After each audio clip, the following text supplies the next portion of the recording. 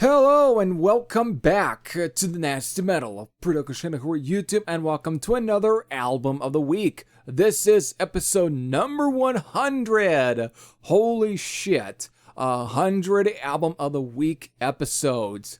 And well, it shouldn't take much long for actually it should take you more than a minute to even guess what is being picked for this astonishing 100th episode of Album of the Week. Well, it did, of course, hit its 40th anniversary this past Friday, actually. This past Friday, it did reach its 40th anniversary. It is also the 7th studio album from this legendary band that is Point of Entry from Judas Priest, which was originally released on February 26th of 1981. So that means since we are still in February and we're past that, past the 26th, it did reach its 40th anniversary. Of course, this was supposed to have been 2 weeks ago on the day that originally, instead of Moving Pictures for Rush, it was going to be Point of Entry, which I did kind of hinted anyways on what Moving Pictures replaced. So again, the wrong date. You never really look at Metal Archives. Always do a double check on either Wikipedia or somewhere, because if you're going to do one of these anniversary date, at least episodes on albums, or at least showcase albums on their anniversary day, better check Wikipedia at least first before you start checking Metal Archives, because it seems like they always they always have a different date that's usually wrong. I found that out with Strong Arm of the Law from Saxon. So, fantastic. Alright, so let's definitely move on. Again, this is the 7th studio album from Judas Priest. So, after releasing British Steel, since that was the first album with Tom Allom at least producing a studio album for them, because they did at least produce Unleashed in the East, also aka Priest in the East in Japan. That was his debut with at least producing a release from Judas Priest, but that was a live album. British Steel was the very first studio album that Tom Allom produced for him, and Point of Entry ended up being the second one. So, after releasing British Steel in at least in 1980, they of course do their tour, but by October to at least November of 1980, they went to, of course, Spain to be booked in the Libsva, I don't know, it seems like Ibiza Studios. I pretty much have a hard time, I guess, pronouncing this fucking name. Still, Ibiza Studios in Spain, again, from October to November of 1980, and then at least sometime in maybe early 1981, they get it mastered. They get it, of course, at least sent to all the factory plants. God damn, I can't speak today. So, to get it all fixed, and then finally, February 26th of 1981, it gets released through either Columbia Records here around America and CBS Records in Europe. So, Point of Entry. Where do I really begin with this album? I guess let's definitely do a track listing one down here. Track listing down, I guess. Yeah, let's do a track listing rundown. So we got about 10 songs here. A little more than, of course, than British Steel, but it seems to be the same time length here. It's clocks in at 37 minutes and 10 seconds. So these 10 songs are, we do have at least 3 songs here that pretty much were used as hits, though at least some of these did become concert staples. It opens up with Heading Out to the Highway, which again is pretty much a concert staple to this day, though they didn't play that track when I went to see them, but they did play at least one track off a Point of Entry when I did see Judas Priest on the Redeemer of Souls tour in 2015. But so from there, Don't Go, which did get a music video. It was a single, but it was a very minor hit. Hot Rockin' at least, which is the third track, was equally just as big for Judas Priest, but again, it didn't really last forever in their set list. From there, Turning Circles, Desert Plains, which again, actually, along with Heading Out to the Highway, really was one of the few songs that stayed, was able to kind of always come back into the band's set lists over time. And Desert Plains was a song that they actually ended up playing when I saw them in 2015 on the Redeemer of Souls tour, and I'll definitely give some thoughts on that track. Solar Angels, which also was never really a hit single off the album. However, again, was a concert staple for them in a way. It did get played quite a bit during this tour. You Say Yes, All the Way, Troubleshooter, which did get played as well on, at least, I guess depending on certain dates, they at least played the track. And then, of course, finally ends with On the Run. So there's your 10 songs here. So it's definitely, again, Heading Out to the Highway. Again, this is probably when depending on who you really ask about this album, because I probably should definitely kind of switch at least the topic here, and I'll definitely get back to talking about the songs. But the thing is, when people really talk about Point of Entry, it depends on who you ask. You'll have some people that will definitely say this is actually not a bad album from Judas Priest, but really the most part, whoever you ask, they either are going to consider this probably maybe not the band's worst album, but it wouldn't be considered their best album. But you definitely will get that crowd that say this is easily the beginning of the worst albums, and usually put in the same list as either Turbo and Ram It Down, and then either Jugulator or Demolition or even Nostradamus. This album really does end up getting put in that same category. Even people will put Rock'n'Rolla in that same category, which I actually don't really necessarily agree with. But many people definitely will put Point of Entry in the rankings of some of the band's worst album, and it's very much, again, below. And I'll definitely get to at least I'll definitely hold some sort of at least the same agreements with that, because again, I'll eventually get to my thoughts, but again, depending on who, they'll either consider it. So for me, again, I guess finally just to get into it, do I really consider this album to be the band's worst album? That's actually kind of difficult because I don't really necessarily hate any of the albums Judas Priest really put out. At least there's not really an album there that I don't really hate. But at the same time, there's at least some albums that I don't really necessarily go back to whenever I'm in the mood for Judas Priest. Actually, to be quite honest, over time, I actually have been less pulling out some Judas Priest albums, which is actually a little bit surprising because of when I was growing up, I listened to a shit ton of Judas Priest. When I really Judas Priest and AC/DC were really the two bands I really fucking clinged on to really early on, as in my time, at least, when I was getting into this stuff and the whole hard rock and heavy metal, like Judas Priest and AC/DC were definitely the two bands that I just really freaking clinged on to.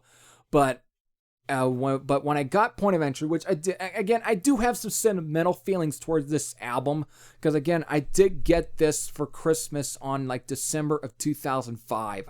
I was given a Point of Entry for Christmas, so I got a soft spot. But over time, whenever I do get on that Judas Priest kick, it's not really my go-to album. I don't really think this is the worst album, though there's at least one or two songs here that I consider to be one of the worst songs I think Judas Priest has ever written. I mean, there's definitely two here. But for the most part, I don't really consider this the worst thing they ever released, but I don't really consider this to be their achieving moments. I mean, this album is sandwiched between British Steel and Screaming for Vengeance. And of course, British Steel, if you at least listened to my Album of the Week episode on British Steel, you would also know that I'm not even the biggest fan of that album either, but at least there's some high points. The British Steel, at least you can find something to really, at least that might make you go back and listen to that album. I mean, look at that. I mean, let's definitely talk about some, or at least mention some songs off of British Steel that would make you, make anyone want to go back to that album. Rapid Fire, Metal Gods, Steeler, even I might even consider even Grinder and even Metal Gods I'll throw in that same category. And I do like, again, The Rage. I think I might have said Metal Gods 2 times already, which I apologize, but I'm just naming songs off the top of my head. Even I got a soft spot for You Don't Have to Be Old to Be Wise. So there's at least some songs there that I like, while there's some songs that might be more similar to You Don't Have to Be Old to Be Wise on this album. Heading Out to the Highway, Don't Go, maybe Solar Angels and Desert Plains, maybe, or Troubleshooter might be more on that sort of same level. But at the same time, they're still fine songs I can listen to. But on British Steel, you also had probably the 2 of the most overplayed songs in Judas Priest's career that have been played to death by either radio, commercial, on TV, or even just live, and that being Living After Midnight and Breaking the Law. Then there's United. Those at least are 3 songs that might be considered absolutely at this point almost unlistenable, because of mostly for the unlistenable meanings for Breaking the Law and Living After Midnight is I've heard those songs too many fucking times. I don't really need to listen to those songs as much as I ever again. Maybe live versions are fine actually, but on the studio versions, I've heard those songs too many fucking times.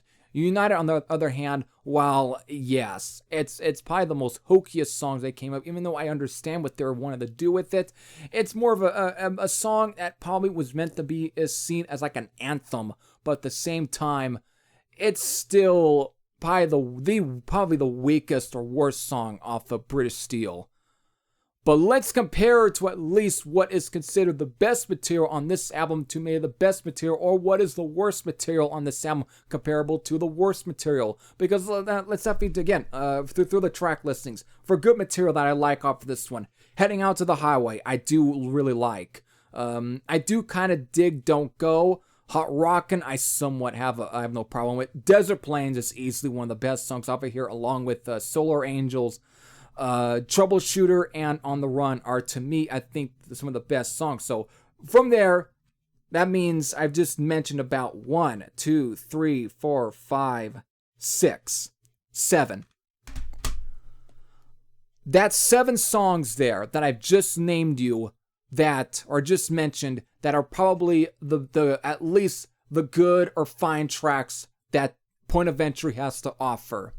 And compared to at least British Steel, which were, of course, Rapid Fire, Metal Gods, Grinder, You Don't Have to Be Old to Be Wise, The Rage, and Steeler. That's 6. So, just a bit short, but it seems to be the same amount. Now, let's get to what could be the worst material on Point of Entry. So, I named at least 3 songs off of British Steel that I thought were pretty... Again, songs I don't really want to listen to ever again if I were to put that album on, or if I do listen to songs, any of that album on my computer. Those are 3 songs that are immediately fucking skipped. So let's look at Point of Entry then. Songs I really don't really care about. Turning Circles, there's 1. You Say Yes, All the Way. So there's 3. So there's about, it seems to be the same. There's again, British Steel had 3 tracks I don't really consider. Even though I don't really hate Living After Midnight and Breaking the Law, they're alright songs. But again, they're just overplayed. At the same time, they were overplayed. Maybe if I was at the time of 1980, I probably would have appreciated those songs a little bit better. But even over time, I've seen some people who grew up with that album seem to definitely skip those songs whenever they listen to British Steel. They don't really consider those to be the high points of that album to begin with. Again, it was more radio friendly. It was more geared towards, at least to promote the album in a more radio friendly way, to get a more wider audience into it. Even though we all know the hardcore metalheads who are getting into like the new wave of British heavy metal movement would have more geared towards at least Rapid Fire, Steeler, Grinder, and those songs. They would have geared towards those songs instead of the songs that were played to death on radio. But a Point of Entry here, Turning Circles and You Say Yes and All the Way are probably the worst attempts at possibly being radio friendly. I can see Don't Go, I can see Hot Rockin', I can see Desert Plains. Desert Plains is easily a track, though. It's got a melodic hook to it that again grabs you. And that it definitely grabs me when I listen to it. It's immediately likable for what it is. Why that song wasn't chosen to be a hit off this album and wasn't giving any radio play and was chosen over Don't Go or Hot Rockin' is a little bit surprising, because again, it's probably the best of the more well-written melodic songs on the album that's got that commercial edge to it. It's really kind of surprising. Same goes for Solar Angels. Why these two songs weren't picked along with Heading Out to the Highway is a bit, a little, again, I call that sketchy in a way. It's kind of like, okay, why? What did the record company see and Don't Go and Hot Rockin'? Again, it's understandable why they probably would have looked over Turning Circles, You Say Yes, and All the Way, because those are just the worst offenders. I mean, Turning Circles is, I mean, it's I can kind of listen to it, but at the same time, it's got a pop edge to it, which they really would, I mean, for 1981, for at least a very hard rock and kind of poppy sort of song to it, it's alright. But it's if anything, it ends up being like a heavy metal Bad Company almost. Which I know some are probably, again, I do dig Bad Company, alright, I do. But Judas Priest is probably one of the few bands I would want to at least tied to. Maybe the reason I bring up Bad Company is because of I was also around the same time I was given a copy of Point of Entry for Christmas. I was given was it like the Best of 10 or something from Bad Company. So I was like listening to both Bad Company and Judas Priest at the same time. So somehow it has a way of blending in, which is a little bit odd, but in some cases, it seems to be that sort of formula. So you got that, and then of course You Say Yes, which is like, what were they thinking when they came up with this track? Thinking, were they really, they must have had at least a very hooky sort of radio commercial thing, a jingle in their head, thinking this is probably going to be what the Columbia Records is going to like. But it's funny that they didn't choose You Say Yes and decide to choose Heading Out to the Highway, Don't Go, and Hot Rockin' over You Say Yes. And it's something that, of course, the fans chose songs like Desert Plains and Solar Angels, or even Troubleshooter or On the Run over You Say Yes. And there's a lot of good reasons, but for the record label, that should tell you why they probably would have overlooked it. If a record label isn't gonna at least appreciate you kissing their ass, then of course there's a problem there. And then of course All the Way, which I thought for many years this was easily the worst fucking song on here, because I mean there's some questionable lyrics in there. I mean it's like put your hands on your hips and god damn, I don't want to even repeat any of the rest of the lyrics, so it's almost kind of very cringy to listen to. Same goes for, again, You Say Yes. They're fucking cringy in terms of the lyrics. It's like, if they didn't choose these lyrics, I think the riff-wise would have been fine, but even they're not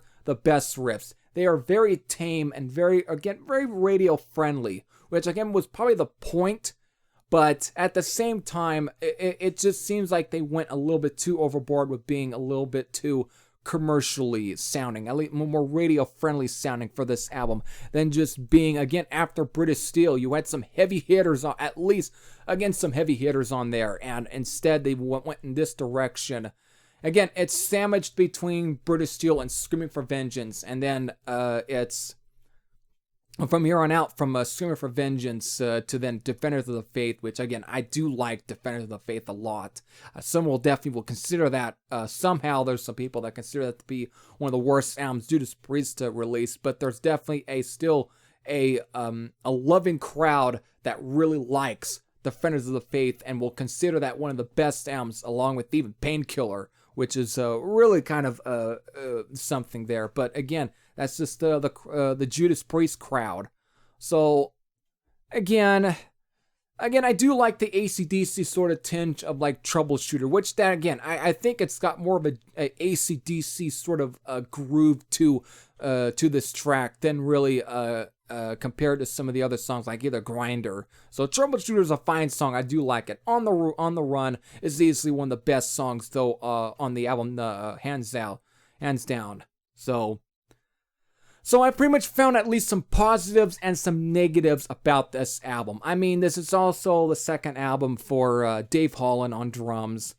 Again, though, he kind of, again, many people say he's the worst drummer for Judas Priest was ever. I mean, of course, when you're trying to compare him to like Les Binks and Simon Phillips and even, of course, Scott Travis, of course, you're gonna get a. He's not gonna come to that level. He was never on that level. But for what Judas Priest were trying to do during this time period, he was fine. So I think trying to knock Dave Holland on his drumming skills on some of these albums is a bit. I think it's kind of redundant and repetitive because of course. These albums were not supposed to be like the albums they released in the 70s. They really were trying to expand within the 80s. So this was their idea of what they probably should do in order to at least expand, though they definitely rethought that and then did Screaming for Vengeance, which really perfected what they were trying to do in the first place on really trying to expand within the 1980s to then survive. And then, of course, they shot the bed again, I guess, with like Turbo and I guess you can say maybe Ram It Down. But I actually do have a soft spot for Ram It Down. I actually kind of like that album. I know, disagree with me all you want, but that's just my honest opinion. So I've talked about the sound quite a bit. So I've given you enough negatives and some positives about the music that are contained on this album. This of course, Album of the Week video is going to be a little bit long too. Because now what's going to extend the length of this review is now the artwork, which is one thing I've been wanting to now finally get into is the artwork. I know some are going to be thinking or rolling their eyes like, why do you want to talk about the artwork? Now, I'll get to that. I don't know how many people will know about some of these facts, at least one, including one particular artwork from an artist that I really do actually really like as far as an artist. And that's going to be one of the crowning jewels I feel is going to be about this one is because of, I don't know how common knowledge it is, but it's definitely going to be something you're probably are going to at least sink your teeth into, just like how I sunk my teeth into this this piece of knowledge that I ended up finding out many years earlier that blew my mind. But here we go. So let's first talk about the European cover, because of the CBS copy in Europe had a different artwork compared to what Columbia used here in America. So the UK cover art, which apparently again was, according to a lot of sources, was done by the same guy who would do, of course, again, let me see if again, it seems to be again the same guy who did the I'm thinking of, yeah, John Berg apparently is the one that did the artwork for this. But I thought he also did the same artwork as well for maybe Defenders of the Faith, but it's the same guy that did the artwork for Screaming for Vengeance. So he did the artwork for the European cover, which really isn't amazing in its own right, but it's still more easy on the eyes compared to the fucking cover that Columbia used here in America. Which, again, guys like Scott Waters and I think, was it Harmless Rebel? I can't remember. One of them brought up also that there's some other point, or at least facts, about that album that made people really relook out at the artwork in a newer, different way that, again, might assume why they decide to use that, at least the artwork that was used for the America cover for a title like Point of Entry, which is on another sort of level of just absolute, like, what the fuck? Wow. So again, the artwork again for the European cover ain't the greatest, but but again, it's still a more of appealing cover art, and it just seems to be some sort of lining. It could be a wings eagle, a eagle wing or something of some sort. Could be even our eagle or whatever on Screaming for Vengeance. It could be related to, could be attached to the same thing. It's just trying to reveal itself, and it reveals its full self on Screaming for Vengeance. That's my sort of imagination of this artwork. That's my personal imagination when looking at the artwork for the European cover of Point of Entry from Judas Priest. So let's definitely then move on to there, move out from there and get into the artwork that Columbia Records used in America, which is basically, since I got the CD in front of me, it's from a standpoint, if you're from somebody who doesn't have at least decent eyes and aren't really open to seeing any sort of different point of view, and before anyone ever found out what the artwork on the American cover actually really represented and what it meant, all people would look at it's at least some desert with printing paper that's blue, and then of course some mountains and skyline. Not the same sort of skyline that you see on the European cover, but definitely some skyline. It probably would have been made sense if you were to call it Desert Plains instead of Point of Entry, but that's what I would have thought. That's why I thought for at least many years, until Scott Waters and Harmless Rebel ended up bringing to light. I don't know how Scott Waters got this information, but apparently somebody who looked at the artwork a little bit too much, maybe if he had it on record, and he was looking at it, and then it finally popped in him what the artwork actually is supposed to be. Apparently, if you look really closer at it, and finally, again, really close, it's not just paper. They made it, but there's an illusion. It's like an optical illusion. Instead, it's supposed to be seen in a sexual way. Apparently, the black outline that you see that's supposed to be the desert sign and what the mountains are, there's supposed to mean the female legs. Then there's apparently the mountains or so on is the skirt wrinkling or the outlines of that. Again, and the whole rest of it is at least the bottom body of the female, and the whole printing paper is supposed to at least mean the in between the legs. So that's why they put the words Point of Entry at where they knew what they were doing with this artwork. It's an entire sexual innuendo. Point of Entry, which you should know where it means then. Which the minute I found that out and started now I can't look at the artwork the same way, and it's still stupid in its own right. It's like what a cheap way at sort of a sexual innuendo than really what it's supposed to be. It was stupid. But finally, here's where the new piece of information that's going to be added into this video that's going to, going to at least blow some people's minds. Columbia was given different artwork. Before the album was ever released, they were once given artwork, or at least were presented artwork to possibly use for the album. That artist who sent in the artwork to give to Columbia to possibly use, or at least was hoping for them to use for Point of Entry, was none other than the Fates Warning artist Ionis. Again, he did the artwork for, Awaken the Guardian, The Spectre Within, Obsession's Scarred for Life. He did plenty of artwork for a lot of bands that was either on Metal Blade, the Roadrunner, maybe even Combat. He did a lot of artwork for a lot of bands. He even did some artwork for Deep Purple and Quiet Riot. He did a lot of great pieces for a lot of bands. And he even did, a Legend album from 1979. He's done a lot of artwork for a lot of bands. And even Uriah Heep, Awake the Sleeper. I think it was called Wake the Sleeper, I think. He did that, again, he presented artwork to them. And he originally, in 1981, or at least in 1980, he presented artwork to Columbia to possibly use for it. And that's where finally you are looking at the rejected artwork. This is the artwork that they decide to reject. They rejected and decide those artwork they used again for the European and American covers. They chose those two artworks over Ionis's own artwork, which is visually more appealing.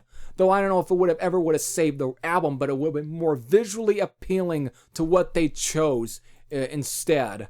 So here's Ionis's quotes here, because again, I'm on his site. He uploaded. This is how anyone even found out that Ionis even did artwork or even submitted artwork to at least Columbia to use for Judas Priest's point of entry. Was again he's got his own site, which he's got a whole gallery of all the art he's ever done for all the bands he has ever presented to, and they've all used. So he's presented, this is how anyone found out, and here's the quotes that he added onto here. If you were to click on the album art, at least on the point of entry, rejected art, he gives out a detailed explanation for what happened and what made him want to present, I guess, the artwork to him. So here, I'm going to read this here. So, this is from Ionis on his site for under the artwork for the rejected cover for point of entry from Judas Priest. So the years 1981, 1982 were busy times for me as I was constantly running off to meetings with managers of acts, hauling my paintings, trying to get commissions. I was introduced to Judas Priest as they were touring to promote their new album British Steel. Their manager at that time also managed a number of acts like Bebop Deluxe. He was a nice guy. He told me that the title was to be point of entry. I did a number of finished ideas. This was the one he liked. The photos were shot separate in black and white. My brother standing in as a model in the forefront. Then they were cut up, assembled, and then airbrushed. It was very striking when you saw it. He was very happy. However, it did not make it to the final cover as Columbia wanted to keep it in-house. John Berg, who was there, the in-house cover artist for Columbia. The art director at that time chose a picture of the desert with computer printout paper running off to the horizon. Did he ever listen to the band or look at their previous covers? Not sour grapes here, but that had to be the worst cover for a heavy metal band ever. And he, of course, forgets about the artwork that was also presented in Europe as well. Again, John Berg didn't use the artwork, didn't do the artwork, of course, to kind of act some actual facts to at least this, to fact check some of Ionis's. Again, he's very on point with what he said, but John Berg didn't do the artwork for the US cover that used the fucking printing paper going off to the fucking horizon that was done in a way to present as a hidden sexual innuendo for at least female penetration, I guess. It's not that. They didn't that John Berg wasn't a part of that. He didn't do that artwork. He only did the artwork for the European cover, which wasn't printing paper. It was more of, again, some have said it could be a wing of an eagle of some sort. Could be, again, what I think could be somewhat attached to what you see on Screaming for Vengeance. That thing. So that's the only thing I can kind of knock a little bit of the story for it. But again, what he says, he's on point. He's very on point that what Columbia used in what they used instead was a far worse. Why? It shows that these fucking people that run these big labels are doing just as much drugs or by doing as much fucking cocaine than the actual band themselves that are actually recording the album. Because of nobody with at least a good set of brains would think that the artwork that they used for point of entry was better than what Ionis sent them. There's no way. What Ionis sent would have been much better. It would have, and again, what you see here is what is. But I'm also going to show you what I did if Ionis's artwork was used, let's say in another universe. This is what I think it would have looked like. So I'm going to present you the first fan-made artwork for point of entry. So here you go. There it is. That to me is what I think it would have looked like if they really went and chose Ionis's artwork instead of what they ended up choosing for the album for both versions in both countries. So there you go. It's just ridiculous. So once again, it just shows you that the biggest labels are the ones to make the stupidest decisions, and again, they only think of money. And again, Ionis would have gotten a lot of money out of this album because of it sold a lot of copies, but would they have paid him? I don't know. But still, it would have been nice for at least somebody to get that sort of recognition on that high level. So it's a shame that that's how it went down. But when I found out that Ionis had actually presented artwork to Columbia, and then they didn't just think that he got duped. They basically rejected his artwork for those two, which weren't great. I mean, John Berg's a fine artist. His artwork for, again, Screamer for Vengeance and Defenders of the Faith were by far better artworks in general. But the artwork he did for Point of Entry wasn't all that fantastic too, and Ionis, I think, had a much more better representation of the whole title Point of Entry instead of what the whole record label was thinking instead. They thought of something else. They thought that they could probably come up with something that might be seen as controversial, even though that backfired because of how many people would have thought to look at and say, wow, that really kind of looks a bit like female legs. That really does. What were they thinking? Yeah, it's pretty stupid. So there you go. There's my entire thoughts on Point of Entry. Again, this album, again, after this, eventually they would tour for this album, and then later in 1981, they would go on to record, well, Screaming for Vengeance. So there you go. Until then, I'll leave my thoughts for Screaming for Vengeance until I talk about that album next year on its anniversary. So there you go. 40 anniversary, 40 years for Point of Entry.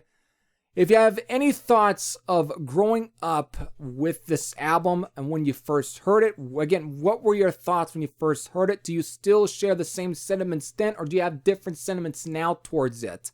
If you do, leave them in the comments section below. But if you haven't heard this album, I wouldn't choose this album. If you want a good, at least decent enough introduction, you're either going to have to pick Painkiller if you're into the heavier stuff. That might give you a good idea if you want a good idea going backwards. But if you like the more sinister sounding stuff, when they were a little bit darker sounding and more, a little bit more vibrant, something more really kind of just a little darker sounding, that still that isn't as heavy as Painkiller, but still heavy for what it was. Go with the 70s material, like again, Sad Wings of Destiny, Sin After Sin, Stained Class, and even to an extent, Killing Machine / Hellbent for Leather.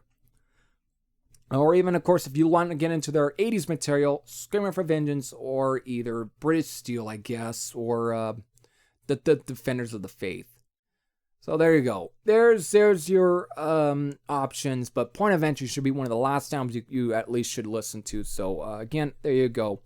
So with that, I hope all of you enjoyed. Next, again, the week for this week, it's going to be slow, and I'll reveal more reasons why this is going to be a slow week. Why there won't be much content out this week. But there will be some content out next week. Again, the next album of the week is hopefully going to be another really one I'm going to be more enthusiastic about talking about and so on. It'll be another great album, which I can get my scheduling here. I know this is a longer album of the week, which again, it's what I was hoping for. I had a lot to talk about in a way. So next week's album of the week, well, it is going to be Future Shock from Gillan. Which, again, that will be hitting its, it will be at least close to, it should have already hit its 40th anniversary. So there you go, that will be next week's album of the week, Gillan, or Future Shock from Gillan. So with that, I hope all of you enjoyed. This is it for Thrasher Sam out, and I'll see you all later. Take care, everyone.